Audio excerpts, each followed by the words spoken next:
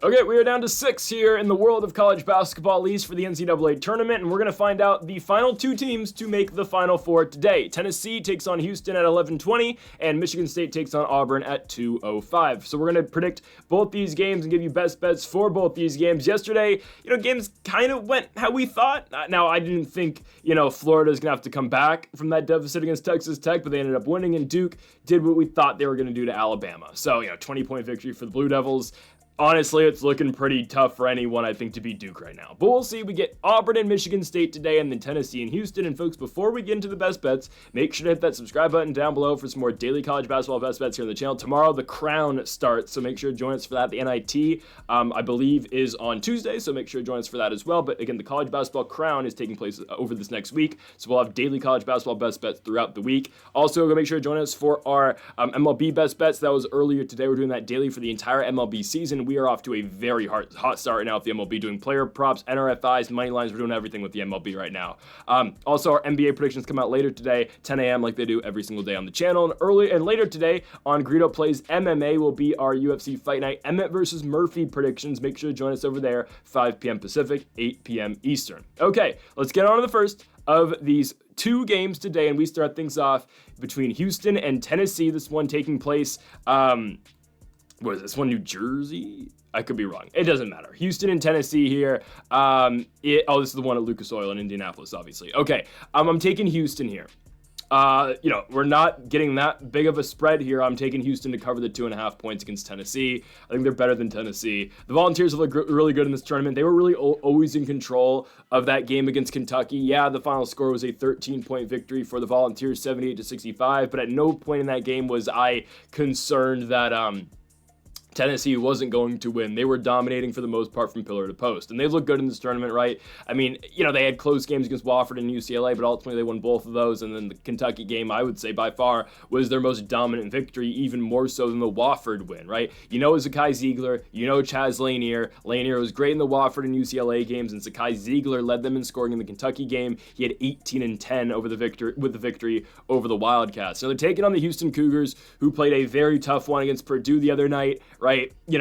Houston comes back. They're up by 10 late, with like 6-ish minutes left in the second half. You think they're going to put away the Boilermakers, and they keep coming back. Purdue keeps on hitting shots. It was Camden Heide hit a big shot in the corner to tie the game up for Purdue, but a game-winning tip-in ended up winning the game for the Houston Cougars. So now here they are taking on Tennessee. I think it's a tougher matchup, don't get me wrong. I think Houston just fixes a lot of their mistakes. And I'll be honest, I was wrong with my assessment of, I don't think the game being in Indianapolis plays too much of a factor for Purdue. It 100% did. I mean, you could definitely feel the crowd in that game. So that was my fault in that one. I'll say that right now. I did not appropriately, take into account how big of the crowd was going to be, how big of a crowd just factor there was going to be for the Boilermakers in that game. There's really not going to be, it's not going to be overwhelmingly Tennessee fans nor Houston fans in this game, so I don't really think there's a home court advantage for anyone in this one. I think the better basketball team is going to win, and I think it's going to be the Houston Cougars. Houston was uncharacteristically bad offensively in that Purdue game. I know they've had games all season long, and especially LJ Cryer has had games where he completely goes ice cold, but Milos Uzan had 22 points in that game. Emmanuel Sharp had 17. Those two guys were the only double-digit scorers all night for Houston. I don't expect LJ Cryer to go 2 for 13 again, though. I mean, it's just, he's their best player for Houston. The commentators brought up the example with him and, with LJ Cryer at the end of that basketball game.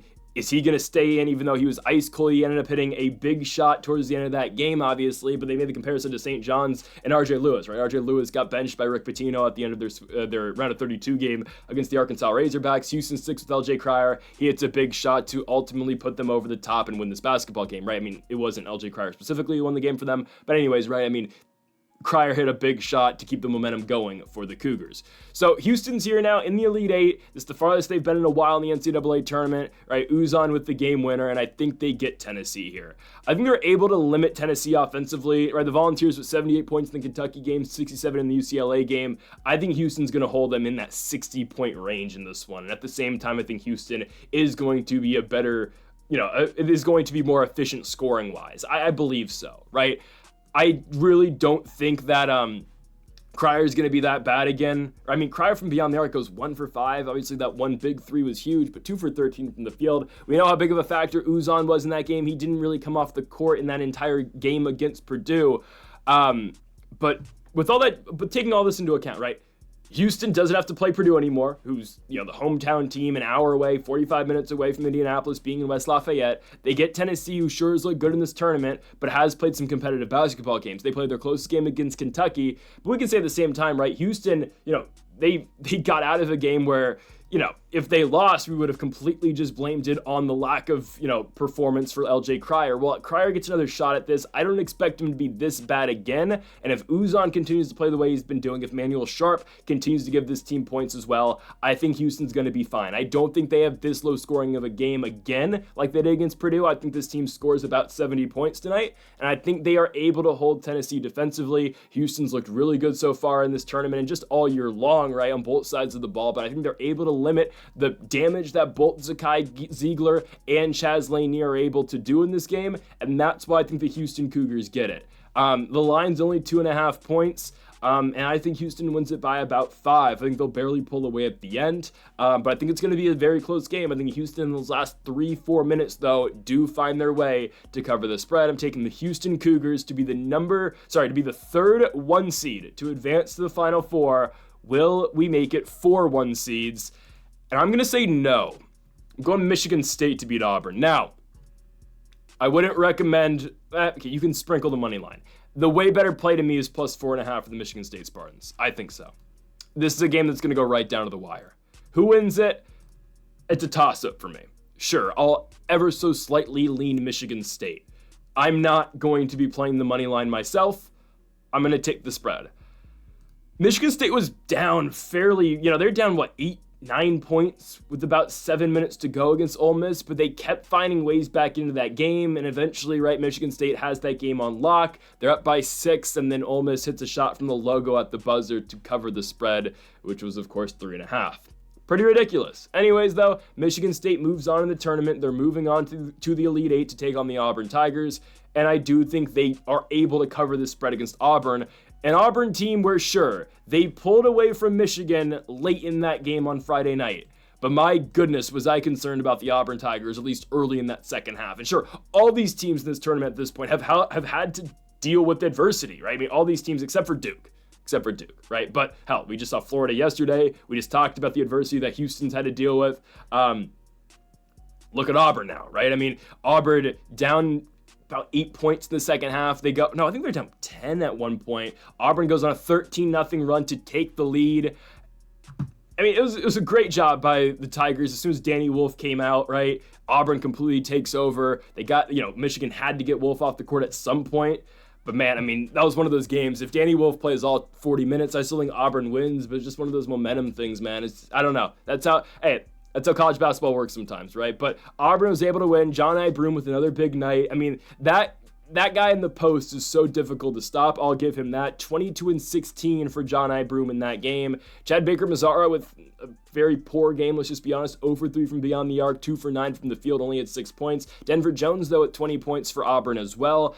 I just think Michigan State's able to keep this game close. Guys, Michigan State has surprised me a lot in this tournament. I didn't think they were going to get past New Mexico. Now, again, I'm not going to get into the Nelly Jr. Joseph foul situation because if he didn't, if there weren't some questionable calls on Nelly Jr. Joseph, all I'm saying is that New Mexico could still be in this spot. But anyways, Michigan State is just a very solid team, and we got to talk about Cohen Carr, man. I mean, the guy is an absolute athletic freak. He's been balling in this tournament. You saw that huge dunk down the stretch in the second half against Ole Miss, and that was a gutsy effort out of Michigan State to go out there and win that one. Sean Padula was having one of the games of his life, and yet Michigan State found a way to win. Jace Richardson had a really good night, 4 for 6 from beyond the arc, 20 points in that game. Cohen Carr, we've talked about him, the freak of nature for Michigan State, and Jaden Akins as well didn't play a horrible game, but we can get better out of him. Obviously, Akins goes 1 for 5 from the three-point line, 5 for 10 from the field.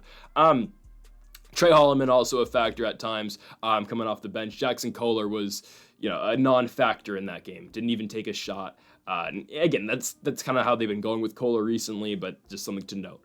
I just think Michigan State's able to keep it close, guys.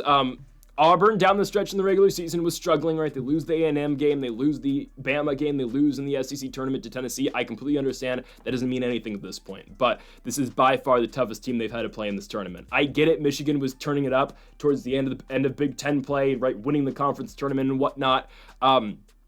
Michigan State whooped Michigan twice this year. In East Lansing and in Ann Arbor, both those games competitive early, but Michigan State found a way just to pull away from the Wolverines. This is a much tougher matchup, and on paper, and this is where I have fallen victim to Tom Izzo and Michigan State all year long. Now, we picked them in the last game. Obviously, they found a way to not cover against Ole Miss, but it is what it is, not entirely their fault. But regardless, I've fallen victim to the fact, okay, Michigan State doesn't have their one star, right? I mean, Cohen Carr is great, right? Jaden Akins, Jace Richardson, 3 really good basketball players. Trey Holloman's really good too, but they don't have a guy like John A. Broome on Auburn, or even Sean Padula on Ole Miss that you can just point out and say, okay, that's their star guy, but that's how Tom Izzo and this Michigan State team operates. They're great 1 through 7 with their rotation, and I think it's going to be a difficult game for Auburn. Obviously, right? The major challenge for Michigan State tonight is going to be John I. Broome. Can they limit Broome tonight? I don't know. I'm not going to completely compare John I. Broome to Nelly Jr. Joseph. Michigan State struggled against Nelly Jr. Joseph. And again, if he didn't foul out, I don't know if Michigan State wins that basketball game. So there's something, right? When Broome's at his best, obviously one of the best players in college basketball this season, 22-16 in the victory over Michigan. And that was against, a team that has 2 centers on the court at all time with Vlad Golden and Danny Wolf.